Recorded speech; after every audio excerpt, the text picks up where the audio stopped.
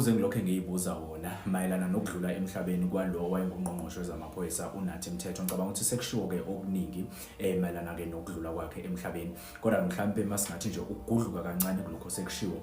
Ke sibuke ke njengamanje ukuthi njengoba ke imbangela yokudlula kwakhe mhlambe noma ke udaba oluphelele lokudlula kwakhe emhlabeni ukuthi ke kuza kanjani kungakaveli, njengoba ke kusalindeleke ukuthi umnyango wezobudlelwane namazwe angaphandle ukhiphe ke istatement mayelana ke nokuthi ke kuze sifike lapha esikhona njengamanje sifike kanjani.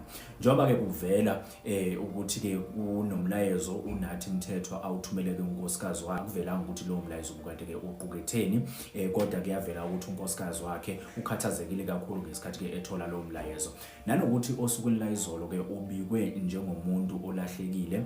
Okunye ke futhi kwase kuthiwa makufikwa kulelo hotela ke adlulele kulo, njengoba ke kusolakala ukuthi ke uwe esuka ke kwi-floor yes-22 eyake ephansi, kuthiwa ke iwindi le hotela ade kulo phakathi kubonakala ngazathi ade lizama ukuvulwa ngokwendluzula.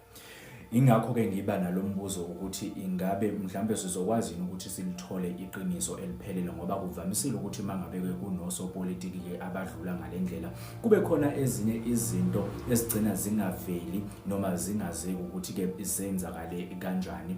Ingabe i-coincident uqondana nje kwezinto ukuthi afika nyamalale, kube khona umlayezo ozothunyelwa bese ke futhi kuba kubonakala sengazathi iwindi lakhe bekade lizama ke ukuvulwa ngendluzula, emva kwalokho bese kubikwa ke ukuthi ke akasekho emhlabeni.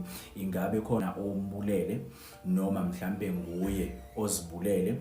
Lokho ngikubuziswa yini, futhi ngikubuziswa ukuthi igama lakhe bekade lilindelekile ukuthi ke libe noma yena bekade kulindeleke ukuthi ke abe womunye wofakazi ozoba khona ke lapha kwimandla ama-commission njengoba igama lakhe like laphakanyiswa. Ingabe mawubheka wena statement esizophuma, ingabe istatement ngempela sobe siphethe iqiniso noma sobe singaliphethe iqiniso?